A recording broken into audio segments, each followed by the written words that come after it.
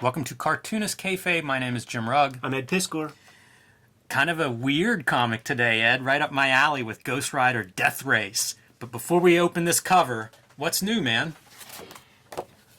The word is out on the streets, man. Red Room issue 1 is available for pre-order. Thousands of people have done so already in the opening week, and we're looking for thousands more people to pre-order this wacky, weird comic because I would like to send those numbers into the stratosphere.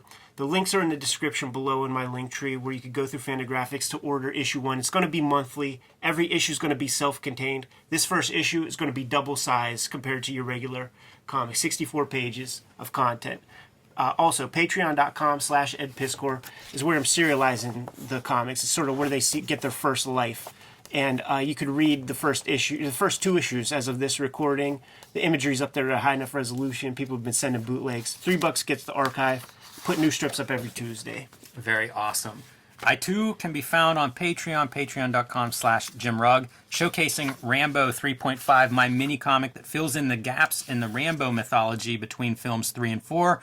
And I'm showing this because this is what I posted for my January download for subscribers. I post a lot of my mini-comics, zines, out-of-print stuff, original art, all the things that you enjoy if you follow me on social media, but taken to the next level and complete works and things of that sort. So patreon.com/JimRugg is where you can find Rambo 3.5.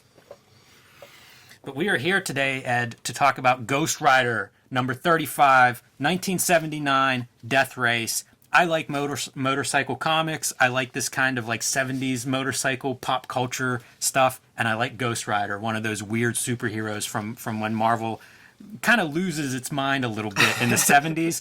I'm a fan of that time period, and Ghost Rider's kind of the poster child for that stuff. Great cover to begin with. Love the skull motifs that run through most of these Ghost Rider comics. You got it right there on the cover. And this issue is noteworthy because of the creator, Jim Starlin, doing the story and the layout for this issue. Known for his cosmic stuff, Adam Warlock, Death of Captain Marvel, Dreadstar. Yeah. And doing a little bit of a down-to-earth character here, or at least one that's grounded on two wheels with Ghost Rider and Deathrace, name of this story. Love that lettering even. So much. Tom Warzakowski on that lettering.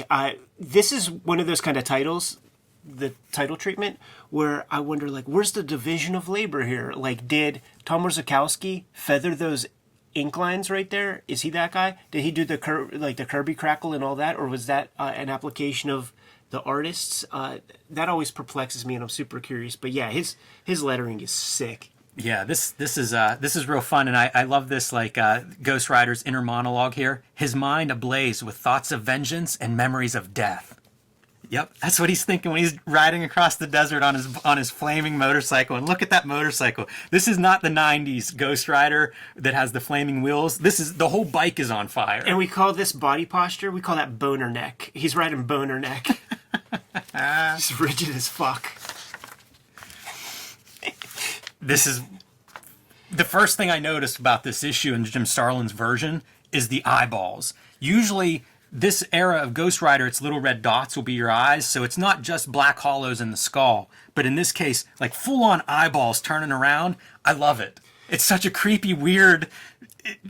I like it because it's weird, the comic, and then you add eyeballs rolling around in his burning skull head. That's a 10 on the weird scale. Jimmy, I'm a boy of the 90s, man, and I grabbed that Ghost Rider number 1. I was on board for Midnight Suns Quarterly that introduced all the other titles, and I was an avid reader of Spirits of Vengeance with Johnny Blaze, the original Ghost Rider, connecting with the Danny Ketch Ghost Rider, drawn by the Kubert brothers, and sometimes Joe would pop in there, right? So yes. That's my introduction to Johnny Blaze. Ponytail, trench coat, sawed-off shotgun, and I'm like, Johnny Blaze is the shit. Super cool. I need to see what these old comics are about. Did you change your mind when you saw the Johnny Blaze feathered hairstyle of the vintage Johnny Blaze haircut? 4,500%. The motorcycle is whack. The outfit is whack. I come later, Tony Hawk and Cool Skateboarders are my guy. I don't give two shits. I don't know about Evel Knievel, and Robbie Knievel wasn't impressing me. So this comic had an uphill battle with me as a title, but I like this issue. This is a good issue. I picked these up, these Ghost Rider comics. They're not all great. You know, they really are that 70s kind of period. But this issue in particular is pretty strong. And here we see him transforming from, is that Dazzler? Blaze, into Ghost Rider. Kind of like a Hulk-like transformation. Why? Because something's coming up blocking his path. And what is that something? But check this out, man. This is an inventory strip. So it was written before some new canon was developed. So the editors have to let us know. Guess what? This is a situation which later changed. Johnny can now change forms whenever he wants. Because you know what that is, man? That's a Marvel bullpen that gets letters from fucking marks, man, who are going to send 1 million letters. And that's true. That's them staving off. A lot of people being like, I can't get past page 3, man. Why is he transforming this way? Yeah, that's staving off. What do you mean he's been transformed against his will into Ghost Rider? In issue 33, that changed. There he is. I swear, at that introduction of Death right there, I feel like I hear music.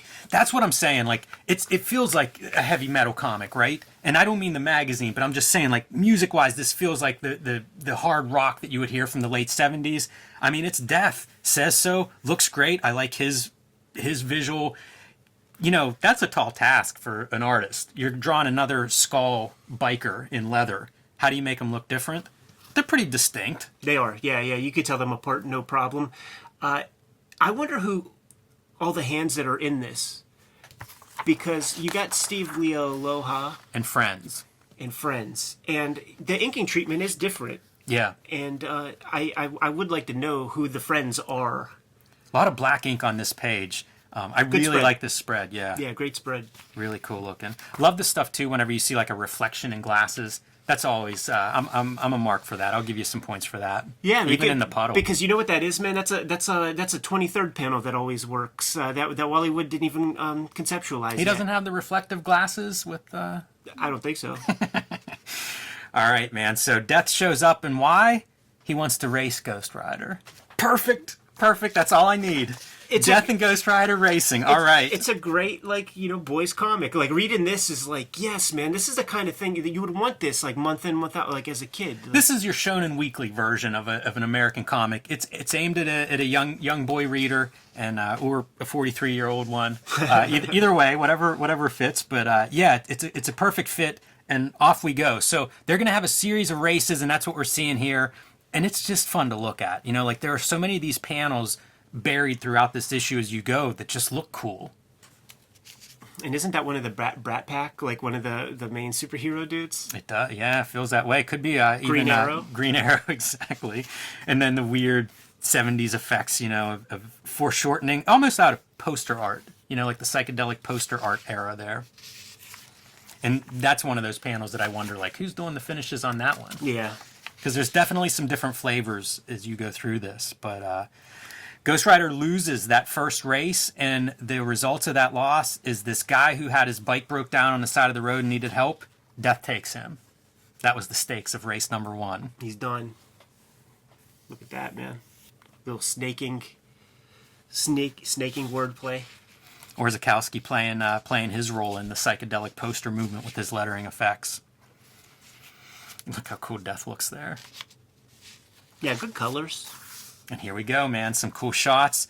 This time they're racing for the fate of this little girl. Not a race that Ghost Rider's willing to lose. I'm just, like, having anxiety thinking about being tasked with having to draw motorcycles maybe 3-4 times on a page for 22 pages every month. And making them look cool. And I'd be horrible if I didn't point out the full moon that they're E.T.ing in front of here. Yeah, before E.T. probably. Oh, yeah. No doubt the inspiration. We know Spielberg likes comics. Yeah, you know, Ed, part of what I think I like about, like, motorcycle comics is that, in my mind, that's an impossible thing to draw. But they're like Transformers or something, you know. If you actually did an issue, you would learn to draw them, I guess. But as someone who doesn't know how to draw them, motorcycles are really hard to draw. So, yeah, I think that's part of what I enjoy with the Ghost Rider comics. It's kind of like other comics don't look this way. Yeah. I do like the amount of black ink that's on here. Again, this is an atypical issue. Ghost Riders, there are a lot of cool ones, but this is a little bit above and beyond. And Ghost Rider pulls some stuff to make sure that he saves the girl. So even in the races with Death, he's still being a hero. Oh, there's the other thing too, where like even Death uses lingo and stuff, and like Ghost Rider. So it's like these skullhead dudes, and Ghost Rider's like, I just don't have enough horses to be able to keep up with him. Yes. And he's like, yeah, well, your chopper's not gonna, this is Death. Your chopper can't hang with me, and all that kind of crap. The cool guy, tough guy pose, standing over his wrecked bike, one leg up. Steranko posed for that. Yes. I don't know if it happened yet, but there's the part where Ghost Rider kicks the front wheel. Hasn't happened yet. Okay. One race to go, Ed. I dig. And this is for Ghost Rider's life. the ultimate stakes here, as you can see, for your life. And you can see the reflection in the goggles. Oh, check this out. By the way, Death has switched sunglasses for this one. Yeah, go back to the last comic page, because it's like, I suspect the final prize is me. And then like the very next panel, it's like, guess what? Yeah, like, why not just leave that one out? Yeah, for sure. These guys, man, playing fast and loose. Man, and he's really up these stakes. So he's had it with this Death character. You can just eat hellfire. Yeah, his rationale is, we're playing for my life anyhow, so fuck you. Death is coming for you, and Death never loses. What a weird comic this is, right? Yeah. I wish there were 50 more of these. So they're racing along, and Ghost Rider realizes like he just doesn't have the horses to beat Death on this race. But who cares, man? This isn't a regular biker. It's not a normal dude. So anything goes. There's your tire kick. Yeah, but like the whole existential dilemma is the fun part. Like where he's like, I wouldn't do this with any other normal human biker. Yeah, he does say that for sure. Yeah, you would never do this. You would never do this to no regular biker. Ghost Rider dropping a double negative in there in the heat of the race. And man, it's pretty devastating. Wheels breaking off, the goggles floating through the air. That's my favorite panel of the whole thing. Like it sells it great. I love the little explosions. Very tight inking. Yeah, it's all over for now. Yes, but only for now. The colorist does a really good job of selling you on the little explosions with the yellows and the oranges, but then subduing it with the other panels with the blues and other cool colors. He did good work. Yeah, it all works well for me. It has a very distinct look. I've been talking about the lots of ink, lots of black ink on these pages, but the coloring does help that and does create that kind of distinct look. So for sure. And then we end with the captions of, "For a mind consumed by the flames of vengeance has no time to dream of death." And next issue, a demon rides in Denver. Yeah, listen, man. Like, there's only one more place to go. Just like the Beetlejuice sequel, he's going to go to Hawaii. Great skulls, though. That's pretty good inking too. Once again, wonder who all these different hands are. Yeah. All of Steve Liola's friends. You get the gig, man. Then you have to like go out and buy a reference, and you have to like have a real skull like sitting on your desk. Peter Goldberg coloring. That's not a colorist that I recognize. That's Petra. So that's probably some relation to Stan Goldberg. Oh, Petra. Yeah. Yeah, could be. Yeah, Goldberg. Right. Who Stan Goldberg was? He's the Archie artist, but right. He was main colorist for Marvel for some time. Came up with a lot of the color schemes for the famous initial batch of Marvel characters. Yeah, good call. So there's an issue of Ghost Rider. The issue, maybe. Although there's a couple other noteworthy ones from this first volume. So we may look at some more Ghost Rider if the response to this video warrants it, by popular demand. So demand more Ghost Rider, because I'd love to dig into a couple more issues. But this is a standout with Jim Starlin coming on board. There's a few of these kind of 70s issues where, artists pop in or writers pop in for a fill-in here and there. Barry Windsor-Smith has a bunch, I guess, in the 80s, or a handful, I should say. Starlin has a Hulk issue that's pretty good standalone where it's a kid gets turned into basically a monster. So Hulk versus this monster, and the monster's like kid siblings are around it. So kind of a weird story there too. Starlin, one of those cartoonists with a distinct voice. You see an issue by Starlin, you're going to get something interesting out of it. Yeah. We haven't done much Starlin stuff, No. so that's on the to-do list now. Yeah, for sure. But Ghost Rider Deathrace, it's a fun one. Yeah, it was, man. Kayfabers, like, follow, subscribe to the YouTube channel. Hit the bell. We'll notify you when new vids are available. What you got? Patreon.com/JimRugg. You can find lots of my art process, making of, mini comics, out of print zines, things of that nature at Patreon.com/JimRugg. Red Room is out there in the wild, and thousands have pre-ordered the thing. Got links in the description below to my link tree where you can go through Fantagraphics, get the comic, pre-order that thing, pre-order too, and hit the Patreon, Patreon.com/EdPiscor.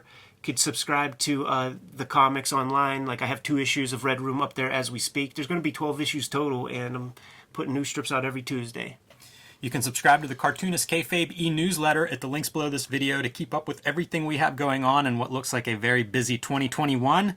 You can find Cartoonist Kayfabe t-shirts and merchandise at the links below this video. Jimmy, give them some marching orders, man. We're going to be on our way. Read more comics.